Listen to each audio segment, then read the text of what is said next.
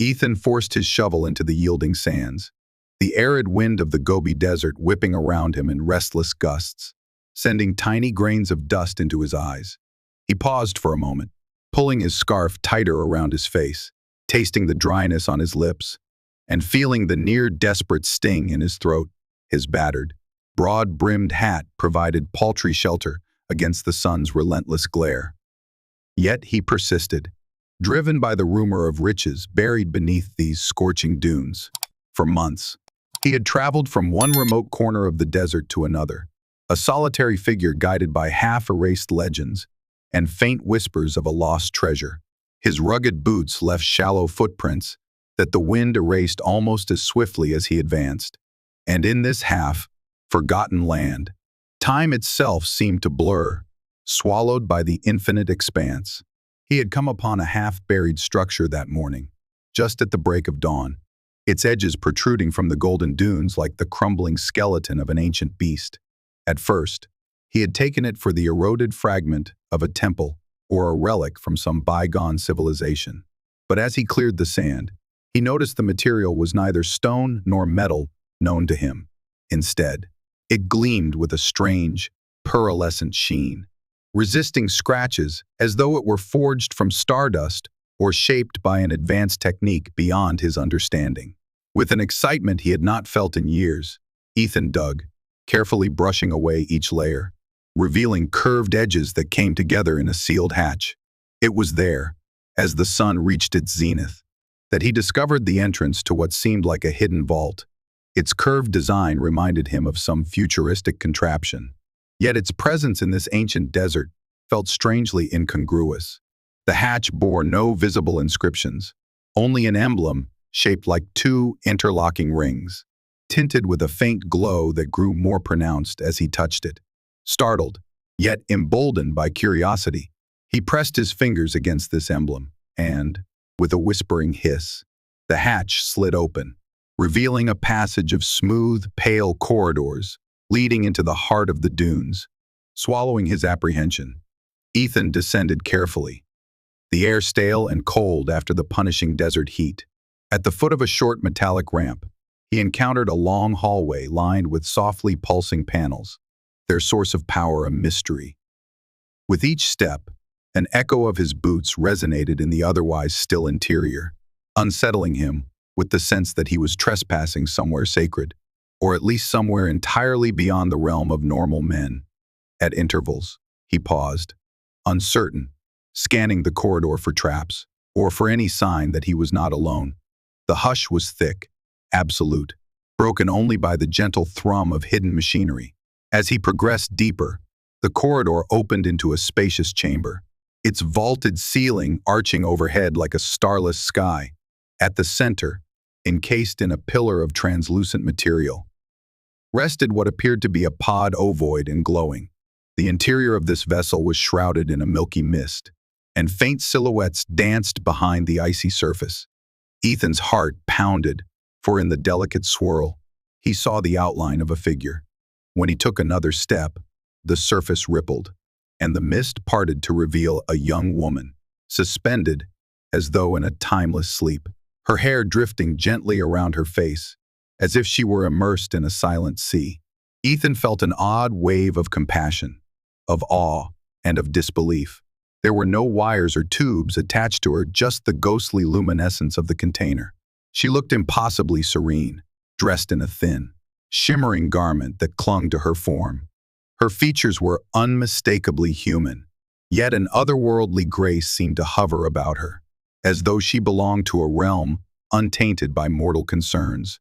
With trembling fingers, he touched the casing, feeling a curious warmth, almost as if the pod breathed in response. Uncertain of what possessed him, he searched along the edges for a control panel or a release mechanism. His mind raced with questions.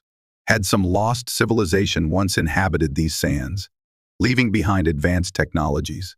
Or was she an actual extraterrestrial being, trapped here for who knew how many centuries? He found a series of dim buttons and, guided by intuition, pressed the largest. The cylinder hissed and slid open, flooding the room with a gentle radiance. Fog rolled out, condensing in thin wisps across the floor, and with a soft gasp of air, the girl's eyelids fluttered open, revealing eyes the color of polished silver. She stepped from the pod as though weightless, then swayed, her knees nearly giving out. Ethan lunged forward and caught her in his arms, feeling an unexpected warmth from her body. Surprising considering the stasis-like environment. When she opened her mouth to speak, it came out as a series of melodic whispers, incomprehensible yet undeniably urgent. Finally, as though her tongue was learning anew, she managed a single word that he could understand. "Ayra," she breathed, and her voice seemed to resonate against the vaulted ceiling. Ethan responded, scarcely louder than a whisper. "Ethan." Then he set her gently on the floor, rummaging in his pack for a water flask. She drank, hesitantly at first, and then more eagerly, nodding in gratitude. Something in her eyes shimmered, a silent acknowledgement that they were, from this moment on, intertwined by fate or chance. Outside, the sun had begun its slow descent.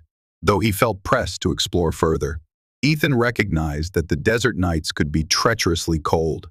He wondered how he might explain to Ayra that they needed to leave the structure and find shelter for the coming darkness. She seemed alert but spoke only in that melodic language, struggling to form the same syllables he did. She pointed to the open corridor leading deeper into the structure, a troubled expression on her face, and murmured words that hinted at warning, or perhaps prophecy.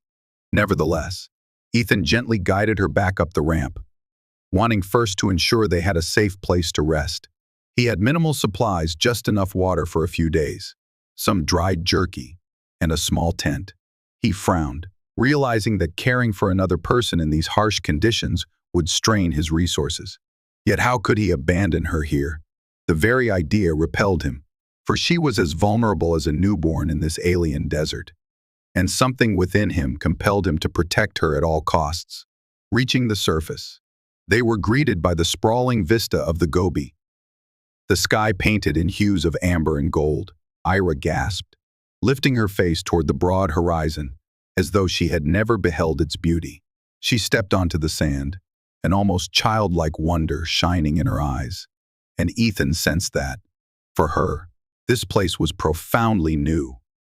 She ran her fingers through the shifting grains, a fragile smile playing on her lips, while a sudden gust blew across the dunes, carrying with it the desert's ancient secrets. They found a small rock outcropping not far from the structure's entrance, where Ethan pitched his modest tent. The last thing he did before nightfall was to camouflage the exposed hatch as best he could, piling sand around it to keep others from discovering the place. Then, he led Ayra inside the cramped shelter, offering her another drink and a portion of food. She ate slowly, her expression a mixture of fascination and gratitude. The language barrier loomed, yet there was a tentative bond between them, more profound than words could express. As the desert night claimed the land, cold and silent, they lay on opposite sides of the tent. Ethan, unable to sleep, stared at the canvas ceiling, while Ayra, having slipped into a restless doze, murmured faint syllables of her unknown tongue. Outside, the wind howled in lonely currents, and the stars burned with a glacial brilliance. Ethan felt haunted by the memory of the subterranean chamber, the technology that existed in defiance of logic, and the stark revelation that he had awakened a being from beyond human understanding. The desert, for all its emptiness, had concealed a cosmic secret, and now he was part of it, willingly or otherwise. At dawn, when the first rays of light pierced the tent, Ayra was already awake, her silver eyes reflecting the rising sun. She gestured for him to follow her outside, where she pressed her palm gently against his chest, then placed her other hand upon her own heart. Her brow furrowed with effort, her lips parted, and she spoke a single word in halting English. "Threat," she said, her voice breaking, as if that syllable had cost her immense concentration. She pointed at the horizon, then at the sandy floor beneath their feet, and repeated, "Threat, beneath." Her meaning was obscure, yet the gravity in her voice unsettled Ethan. He recalled the way she had looked deeper in the structure, the urgent tone of her melodic speech.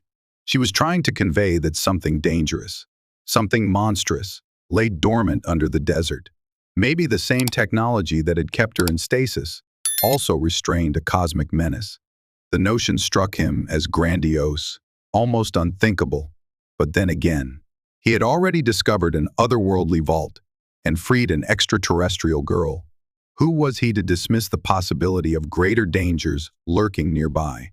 With difficulty, they began to communicate through gestures and simple words, building a rudimentary bridge between their languages. From what Ethan could piece together, Ayra hailed from a distant place, another world, perhaps one overshadowed by a warlike race that once roamed the galaxies. Many centuries ago, or so her gestures implied, a relic of that malevolence crashed upon Earth, burying itself under the sands. Ayra had been placed in stasis here to watch over that sleeping darkness, ensuring it would never stir. Yet now, the advanced stasis system was failing, either from the ravages of time or the shifting desert. If it awakened fully, the desert might become the epicenter of a devastation that could spread far beyond this lonely corner of the globe. Ethan listened, torn between disbelief and a dawning terror. He had come seeking wealth and found something far more profound. Yet, to complicate matters further, others had begun prowling the region. Rumors had circulated for years that reclusive bandits and mercenaries combed the Gobi desert for secrets to sell. Unbeknownst to Ethan, a group led by a formidable man named Rowan had tracked him, seeking the treasure rumored to lie buried here. They had watched him dig, observed him vanish into the hidden vault, and now they were poised to claim whatever he had found. Late that morning, while Ethan practiced fragments of Ayra's words, urging her to likewise practice his own, the stillness of the desert broke with the distant rumble of approaching vehicles. From the nearest dune crest, 3 off-road trucks emerged, each bristling with makeshift armor and sporting armed figures in the back. Rowan, a tall, imposing mercenary with scars tracing his cheeks, strode at the front. Even from afar, Ethan could sense the hunger for conquest in the man's posture, the reckless confidence of one used to taking whatever he desired. Ayra tensed, instinctively stepping behind Ethan. Though she had the power of advanced origin, she was still weakened from her recent awakening. Their attempts to re-enter the structure were thwarted as the mercenaries sped forward, cutting off their retreat. With nowhere else to go, Ethan and Ayra climbed the nearest dune, sand slipping beneath their boots, the fierce sun glaring overhead. Rowan dismounted his truck and called out, "You must be Ethan. Hand over whatever you found, and I might let you go," he growled, his voice rasping like sandpaper. His scarred visage twisted in a mocking smile, and the group's rifles glinted in the sunlight. "We know there's more than just relics in that vault. Show us, or pay the price." Ethan stared at the band of men encircling them, hearts hammering in his chest. He had no illusions he was outnumbered, and while he suspected Ayra could wield remarkable abilities, she looked diminished, still unsteady after centuries of slumber. Yet a spark shone in her metallic eyes. Placing a trembling hand over her own heart, she summoned a faint glow around her fingertips, as if calling on dormant energy. The mercenaries, taken aback, hesitated. Then Rowan barked an order, spurring them into action. A single gunshot rang out, splitting the desert hush. Instinctively, Ethan pulled Ayra to the side, flinging himself down the sandy slope. Adrenaline surged through him, and fear spurred his limbs to move faster than he had ever run before. Shots whizzed overhead, ricocheting off the hidden vault's exterior with bright sparks. The two of them half ran, half tumbled, seeking a place to hide behind an outcropping of jagged rock. Sand sprayed in all directions as bullets tore into the dunes. "I have to lead them away," Ethan murmured, breath ragged, glancing at Ayra with a fierce resolve. She nodded, as if understanding the gist of his words, her eyes flickering with an unspoken question. "How can we possibly protect ourselves?" He grasped her hand, giving it a reassuring squeeze. Then they darted to the east, toward a cluster of low hills that rose from the desert floor like broken teeth. The mercenaries followed in their wake, close enough that Ethan could hear their curses and harsh laughter. Rowan's voice boomed above the clamor, commanding them to take the fugitives alive if possible. There was no profit in killing them outright. Not yet. Hours passed in a frantic chase, the sun climbing high, scorching the land, and robbing Ethan of whatever moisture remained in his body. He and Ayra managed to stay just ahead, vaulting from one sandy crest to another, stumbling through gullies and rocky passes. But exhaustion mounted, and Ethan's canteen had only a few meager sips left. The mercenaries, armed with vehicles, circled in broad arcs, corralling them. Eventually, in a stretch of salt flats where the ground was cracked and white, Rowan's group cornered Ethan and Ayra. Enough running, Rowan spat, stepping forward with a grin that revealed discolored teeth. The other mercenaries fanned out behind him, forming a semicircle with weapons raised. Hand over the girl and show me where this precious vault is. You found it. You can open it for me. He cast Ayra an appraising look, curiosity and menace warring in his gaze. She doesn't look like anything from this earth, does she? Ayra stood, trembling, but a determined light ignited in her eyes. She raised her palms, and to Ethan's astonishment, a subtle hum filled the air, faint arcs of shimmering energy playing across her fingertips. The men laughed nervously, uncertain whether to consider it a threat or a cheap trick. Then Ayra stepped forward, chanting in her melodious tongue, eyes aglow like silver moons. A gust of wind spiraled around them, lifting granules of sand into a thin vortex. For a moment, Ethan's heart soared, certain that Ayra would unleash a power that would drive the mercenaries back. But she faltered, knees weakening, and her conjured energies scattered into harmless sparks. Seizing the opportunity, Rowan lunged forward, grabbing Ayra roughly by the arm. Ethan sprang to her defense, but two of Rowan's men pinned him, pressing the barrels of their rifles into his ribs. Pain lanced through Ethan's shoulders as they forced him to his knees, binding his wrists. Ayra struggled, panic flooding her eyes. But her near-depleted strength couldn't match the mercenaries' brute force. Rowan held her fast, then barked at his men to bring them both back to the trucks. In that moment, Ethan realized the dire consequences of his discovery. If Rowan gained entry to the vault's hidden levels, if he inadvertently broke the seals that kept the ancient evil contained, the entire desert, and perhaps more, could face unimaginable peril. Bound and thrown into the back of a truck, Ethan's mind raced. He recalled Ayra's warnings about the threat beneath, how it might be awakened if the stasis systems were tampered with. Now that Rowan had a living key Ayra, he would stop at nothing to learn the vault's secrets. And if he unleashed the danger buried there, countless lives could be at risk. Ayra sat across from him, her wrists tied, her expression a mixture of defiance and guilt. Through the jolting ride, neither spoke, but their eyes met, and in that silent exchange, they forged a vow to save each other, and perhaps the world, from this looming darkness. When they arrived at the vault's entrance, still partially hidden by sand, Rowan's men used shovels to uncover the hatch. The mercenaries were exhilarated by the sleek, alien material, speculating about the fortune it might fetch on the black market. Some boasted of selling it to wealthy collectors, others of harnessing its technology for global power. The metallic door hissed as Rowan pressed the emblem. A pale glow outlined the interlocking rings, and the hatch slid open to reveal the ramp leading down. One of the mercenaries, less enthralled by the unknown, grumbled about curses and ancient spirits. Rowan silenced him with a sharp glare, then motioned for Ayra to lead the way. Ayra tried to resist, but when Rowan placed a gun to Ethan's temple, she relented, stepping forward into the corridor she had left only a day before. The interior lights brightened automatically at their presence, casting ghostly reflections on the men's tense faces.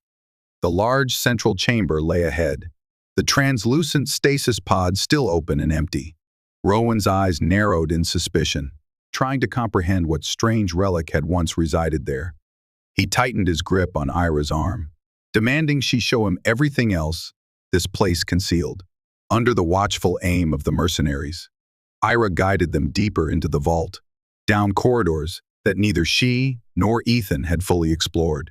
The softly pulsing walls soon gave way to an even larger chamber, dominated by a massive metallic sphere. Its surface pulsed with lines of light, forming patterns reminiscent of neural pathways or cosmic constellations. Concentric circles of alien glyphs spiraled around it, each faintly glowing, as if locked in perpetual stasis. Ethan felt the hairs on his arms stand on end.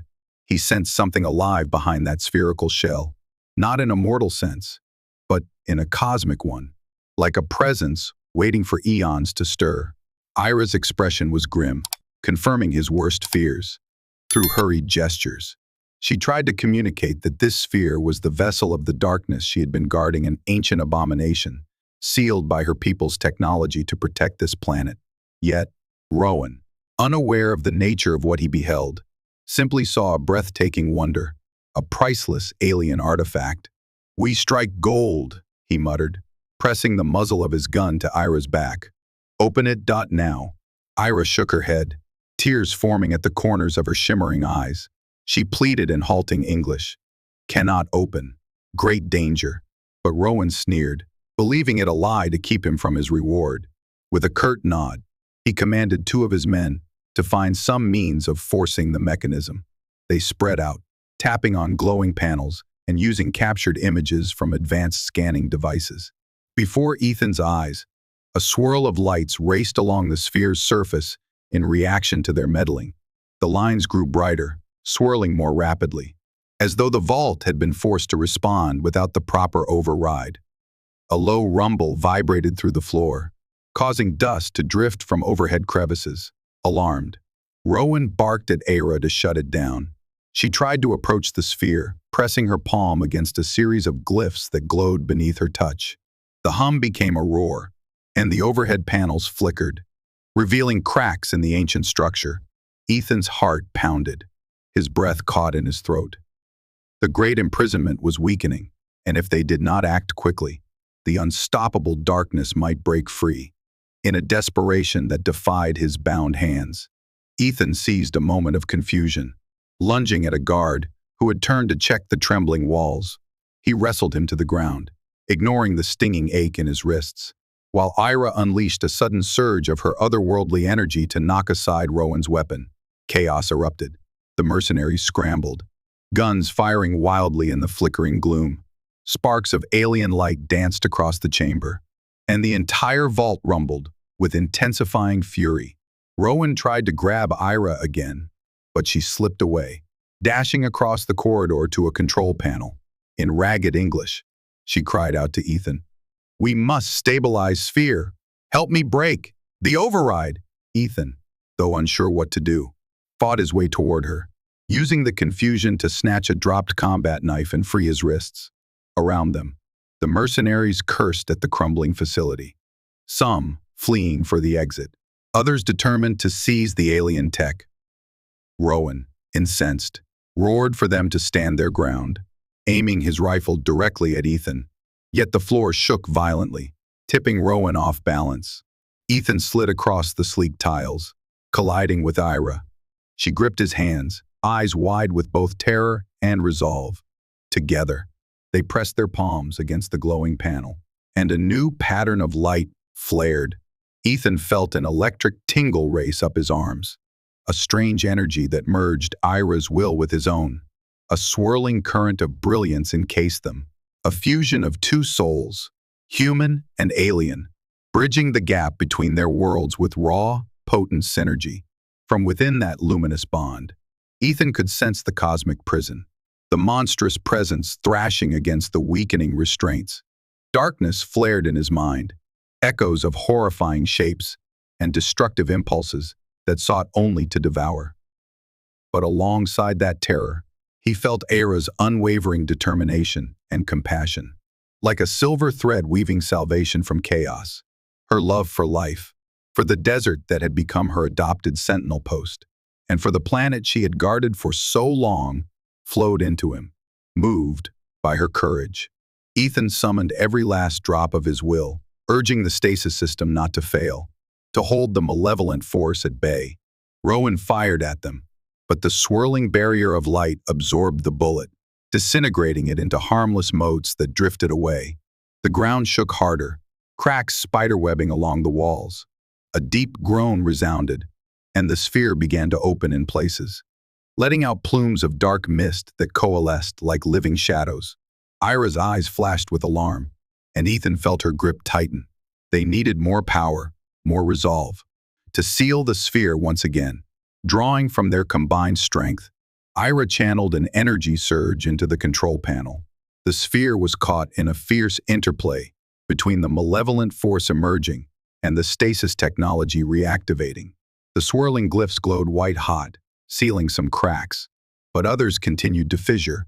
The monstrous entity, half free, unleashed a tremendous roar that tore through the minds of all present, forcing even Rowan and his men to their knees, clutching their heads in agony. Then Ayra's voice rose in a haunting chant, resonating from the depths of her being. Her hair lifted, shimmering with alien luminescence, and Ethan felt a surge of her emotion coursing through him like a tidal wave of compassion, longing, and righteous fury. He remembered everything that had brought him here, his quest for wealth, his discovery of the vault, the wonder and terror of finding Ayra. Moved by the unearthly bond connecting them, he poured his own will, his own heart, into that chant. Words unspoken, yet etched in the heart, flowed into the stasis mechanism, forging a final binding that pulsed brighter and brighter. With a blinding flash, the swirling darkness recoiled, drawn back into the sphere, as if seized by an irresistible force. The cracks resealed, the roar faded, and an eerie silence descended, panting. Ethan and Ayra collapsed against the control panel, the swirling aura around them dissipating into the hushed chamber. Slow pulses of soft blue light once more emanated from the sphere, stable and contained. The malevolent entity was sealed again, subdued by their unified hearts. But the vault itself lay in near ruins, cracks lining the walls, pillars broken, and many corridors collapsed. Rowan, realizing that the darkness was beyond anything he could harness, stared at the broken facility with venomous frustration. He turned his fury toward Ethan and Ayra, intending to take his revenge. Yet a final tremor shook the floor, sending debris tumbling. One chunk of falling metal struck Rowan's rifle, knocking it from his hands. Another piece of the ceiling came loose, pinning his leg. The enraged mercenary cried out, but his men, seeing the sphere as a useless or deadly prize, fled in terror, leaving their leader behind. Ethan, though still battered, staggered forward to where Rowan lay, half trapped beneath the rubble. Ayra watched, uncertain. Rowan, cornered, expected vengeance in return for all he had done. Yet Ethan, emboldened by the compassion he had felt in Ayra's presence, grabbed a metal rod and used it as a lever, straining with all his might to pry the debris off Rowan's leg. Shock and shame warred in Rowan's eyes. Finally, freed from the rubble, he gingerly tried to stand, wincing at the pain. "Why would you help me?" Rowan hissed, voice laced with bitterness. Ethan looked up, exhaustion weighing on every breath. "Because it's better than leaving you to die," he said quietly. "We've seen enough destruction today." The mercenary leader, unable to articulate a response, simply limped away, leaning on the wall for support, and stared at the monstrous sphere. Then, with a final glance at Ethan and Ayra, Rowan began to drag himself down the corridor, disappearing into the labyrinth of shifting lights. Whether he made it out of the vault, Ethan never knew, nor did he truly care. All that mattered was safeguarding the seal. And in that, he and Ayra had succeeded. But the ancient facility was crumbling. More tremors signaled it would soon collapse entirely, burying itself once more beneath the desert sands. Gasping for breath, Ethan helped Ayra to her feet. Together, they navigated fallen beams, shattered glass like panels, and half-collapsed halls. The route to the surface was fraught with hazards, but guided by Ayra's knowledge of the vault, they emerged at last, stumbling into the golden sunlight of the Gobi desert. The vehicles and equipment the mercenaries had left behind were battered but still operational, the men themselves having fled. The ground beneath them shook one final time, and with a thunderous groan, the vault collapsed, a plume of sand and dust erupting skyward. When it settled, only swirling dunes remained, leaving no trace of the momentous events that had transpired below. For a long while, Ethan and Ayra stood silent in the sun, hearts racing and minds reeling from the cataclysm they had survived. At length, Ayra turned to face Ethan, eyes brimming with tears, then placed her palm over his heart, speaking softly in the melodic undertones of her native tongue. Though he could not decipher every word, he understood her gratitude, and more than that, he recognized the unbreakable bond that had formed between them. They had faced an unimaginable evil, had joined their hearts and wills, and emerged victorious. As the day stretched on, a welcome breeze swept across the dunes, as if the desert itself exhaled in relief. The sky, bright and cloudless, seemed to shimmer with renewed life. Where the stasis structure had once harnessed ancient energies, a subtle transformation began to manifest in the surrounding sands. Tiny, delicate buds poked through the grains, spurred into growth by the residual power Ayra had released. In the months that followed, slender grasses and hardy desert blooms would take root, forming a gentle oasis that spread outward each season, a living testament to the union of two worlds. With the threat imprisoned once more, Ayra now found herself free to live upon this earth, to embrace its sunrises and sunsets, to learn its languages, and to share in its wonders. Ethan, whose thirst for wealth had once driven him to seek fabled treasures, discovered that he had already found something of immeasurable worth, a love transcending the boundaries of space and time. Together, they traversed the desert, forging a life in that harsh land. Days were spent making sure the seal remained stable. Nights were devoted to shared stories beneath the stars. And in the twilight, between dawn and dusk, they dreamed of a bridge between Ayra's lost world and Ethan's humble earth. As wordlessly and gently as she had entered his life, Ayra became the center of Ethan's existence. In turn, he guided her in the ways of his people, teaching her to speak English more fluently, delighting in her fascination with simple things like laughter and friendship.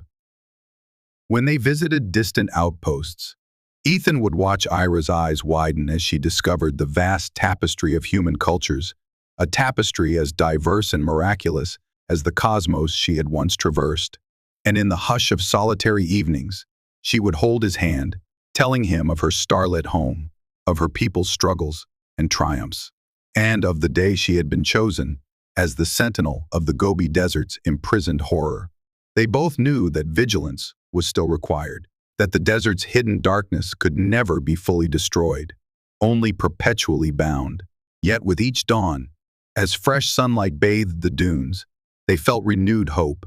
The desert, once a place of desolation, now bore traces of green and life, nurtured by the lingering echoes of Ayra's alien gifts.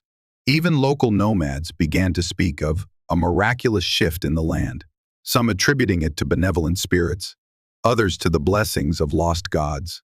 Only Ethan and Ayra knew the true nature of this renewal, and they guarded that secret with serene smiles. In time, rumors reached them that Rowan had survived, his leg maimed, his men scattered. People said he roamed the desert like a wounded lion, seeking retribution or further claims to power. But he never again dared approach the sealed vault. Perhaps his encounter with the unstoppable cosmic threat had broken his will, or perhaps he had learned a hard lesson about meddling with forces beyond mortal comprehension. Regardless, Ethan and Ayra rarely spoke of him, focusing instead on their shared path forward, one guided by compassion and mutual respect. One crisp morning, Ethan found Ayra gazing at a new patch of flowers that had emerged at the desert's edge, soft white petals that shimmered like miniature moons in the early light. She picked one carefully, cradling it in her palm, then looked up at him with tears of joy in her silver eyes. He approached, slipping an arm around her waist, marveling yet again at how fate had woven their destinies together. She murmured his name, Ethan, her voice suffused with gratitude. and he kissed her forehead in response. Now, they lived under the same sky that had once separated their worlds. The starlit vault in the Gobi's belly slept again, its dangerous prisoner subdued, and high above, the constellations bore silent witness to a love that spanned galaxies. Each night, when the dome of heaven sparkled with countless lights, Ethan and Ayra would find a dune to sit on, hands clasped, hearts united. She would recount tales of celestial vistas, describing them in mesmerizing detail, and he, in return, would tell her stories of Earth's heroes and dreamers, from ancient myths to modern explorers, all driven by an insatiable desire to discover the unknown. As time passed, the blossoming oasis near the collapsed vault attracted wildlife and passing caravans. Word spread of a miracle in the desert, a place where the sand seemed gentler and the winds carried whispers of hope. And though few knew the true tale of an imprisoned malevolence and the alien sentinel who had nearly sacrificed herself to keep it sealed, the land bore quiet testimony to their bravery. The once barren dunes now thrived with pockets of life, and even water was said to spring in hidden wells, as if the desert itself had been freed from a long-forgotten curse. Among these changes, Ethan and Ayra built a modest dwelling of stone and wood near the blossoming oasis, blending with the environment while offering them shelter. In the evenings, they brewed tea using herbs that grew in the newly fertile soil, and the scent of those aromatic leaves wafted into the twilight air. Sometimes, travelers came upon their home, seeking rest and stories of the rumored wonders. Ethan would greet them warmly, often spinning a partial tale of hidden technology and cryptic relics. Ayra, learning more words each day, would offer them water and nourishment, shy yet luminous in her kindness. None of the travelers guessed that she was the very being from another world, and that the gentle hush under the moonlight concealed an epic cosmic secret. Years later, local folklore had fully embraced the legend of the Gobi Oasis. Some believed it an ancient gift from mystical guardians. Others whispered of star-born maidens and cursed tombs. The truth, both simpler and more extraordinary, lived on in the hearts of Ethan and Ayra. Though they aged, though the dunes shifted, they never forgot the day they saved each other, nor the cosmic darkness they kept sealed for the sake of the earth and all who dwelled upon it. When storms raged, when the desert winds howled in their fiercest fury, the couple would stand hand in hand, gazing toward the place where the vault had once risen from the sands, reaffirming their silent vigil. A quiet conviction bound them to their duty, but it was a weight they carried together, lightened by the love they shared. In every dawn's soft glow, Ayra would sense the heartbeat of her distant home, and Ethan would smile, content in the knowledge that she had chosen to remain with him. They were two souls joined across universes, forging a new legacy that wove together the ephemeral beauty of humanity and the vast mystery of the stars. So it was that the Gobi Desert, once rumored to hide fabled riches, became the cradle of a far greater treasure. Buried beneath the dunes, a cosmic threat lay imprisoned, subdued by an unbreakable vow of vigilance, while above, a new era of harmony sprouted, fed by the seeds of love and devotion. In this remote expanse, under a sun that gave neither favor nor mercy, Ethan and Ayra found a happiness forged through trials beyond imagination. Their laughter mingled with the wind, echoing under nights filled with stellar wonders, a testament to the extraordinary truths lying just beneath the sands and in the boundless depths of the human heart.